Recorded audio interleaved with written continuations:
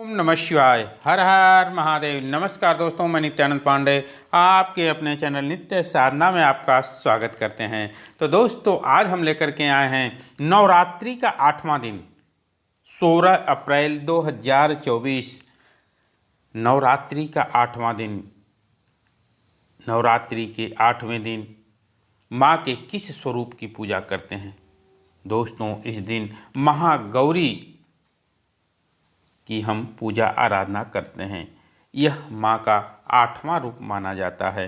दोस्तों, इस दिन माँ को हम क्या भोग लगाएंगे और माँ का किस मंत्र का इस दिन हमें जाप करना चाहिए और 8वें दिन यानी अष्टमी के दिन हमें कौन सी कथा सुनना चाहिए, यह सब जानकारी आपको इस वीडियो में प्राप्त हो जाएगी। तो दोस्तों, आइए वीडियो को शुरू करते हैं। दोस्तों, नवरात्रि का 8वां दिन यानी महाअष्टमी का दिन माना जाता है। इस दिन पूजा आराधना करने से जो भी हमारी मनोकामना रहती है वह पूर्ण हो जाती है और इस दिन महागौरी की कथा जरूर सुननी चाहिए। अगर हम व्रत रखते हैं, नहीं भी रखते हैं, तब भी हमें कथा का श्रवण जरूर करना चाहिए। तो दोस्तों, इस दिन माँ को मोंगरे का फूल अत्यंत प्रिय है। इस दिन अगर आपको मिल जाता है तो मोंगरे का फूल जरूर अर्पित करना चाहिए। नारियल की बर्फी का जरूर भोग लगाना चाहिए या आप नारियल का लड्डू बना करके माँ को अर्पित कर सकते हैं। दोस्तों, अगर कुछ नहीं अगर आप कर सकते तो नारियल का भोग आपको जरूर लगाना चाहिए। माता जी को नारियल बहुत ही प्रिय है, तो इस दिन नारियल का भोग लगावें, मेवे की खीर का भोग लगावें। और दोस्तों, अब आती है कि इस दिन हमें किस मंत्र का जाप करना चाहिए। तो दोस्तों, इस दिन मैं मंत्र बता रहा हूँ। इस मंत्र का अगर पहले से कोई अगर मंत्र जपते हैं तो उस मंत्र का जाप कर लीजिएगा, नहीं तो इस मंत्र का जरूर जाप करिएगा। ओम ऐं ह्रीं क्लीं महागौर्याय नमः। ओम ऐं ह्रीं क्लीं महागौर्याय नमः। इस मंत्र का आप जाप कर लीजिएगा। अगर इस मंत्र का जाप नहीं कर सकते हैं तो इस मंत्र का जाप कर लीजिएगा। या देवी सर्वभूतेषु महागौरी रूपेण संस्थिता नमस्तस्यै नमस्तस्यै नमस्तस्यै नमो नमः। इस मंत्र का आप जाप कर सकते हैं। फिर से मैं ये मंत्र मैं बता दे रहा हूँ। या देवी सर्वभूतेषु माँ गौरी रूपेण संस्थिता नमस्तस्यै नमस्तस्यै नमस्तस्यै नमो नमः।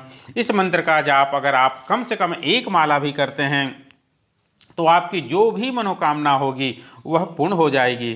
तो दोस्तों, आइए हम शुरू करते हैं नवरात्रि के 8वें दिन यानी महागौरी की कथा।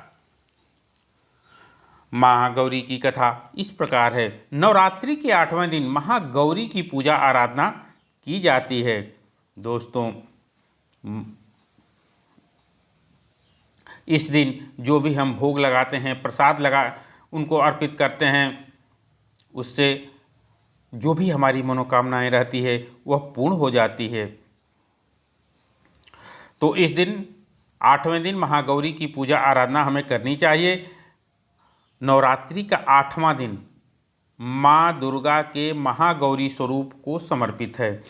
माता रानी का यह स्वरूप खुशियाँ प्रदान करने वाला माना जाता है।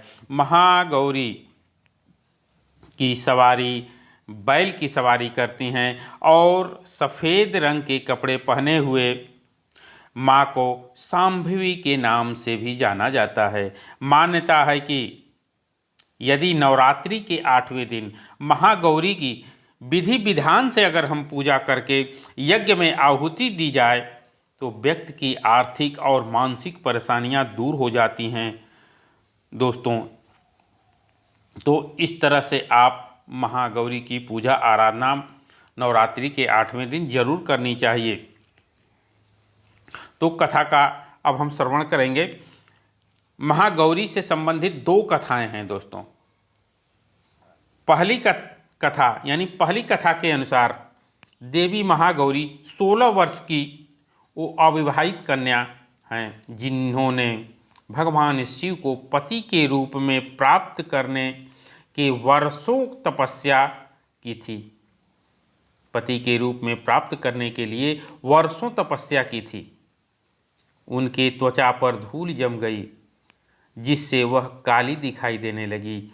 माँ की इस घोर कठोर तपस्या से महादेव प्रसन्न हुए और उन्होंने देवी महागौरी को विवाह करने का वचन दिया। इसके बाद जल से महागौरी पार्वती की मिट्टी को, धूल को साफ किया गया, जिससे उनका सफ़ेद रंग पुनः वापस आ गया।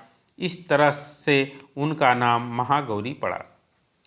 दोस्तों, महागौरी से संबंधित जो दूसरी कथा है वह इस प्रकार है। शुंभ और निशुंभ दो राक्षस पृथ्वी पर तबाही मचाने लगे, जिसका अंत केवल देवी ही कर सकती थी। तब भगवान शिव की सलाह पर भगवान शिव ने देवी पार्वती की त्वचा को काला रंग दिया। देवी पार्वती ने अपना रूप रंग फिर से प्राप्त करने के लिए घोर तपस्या की।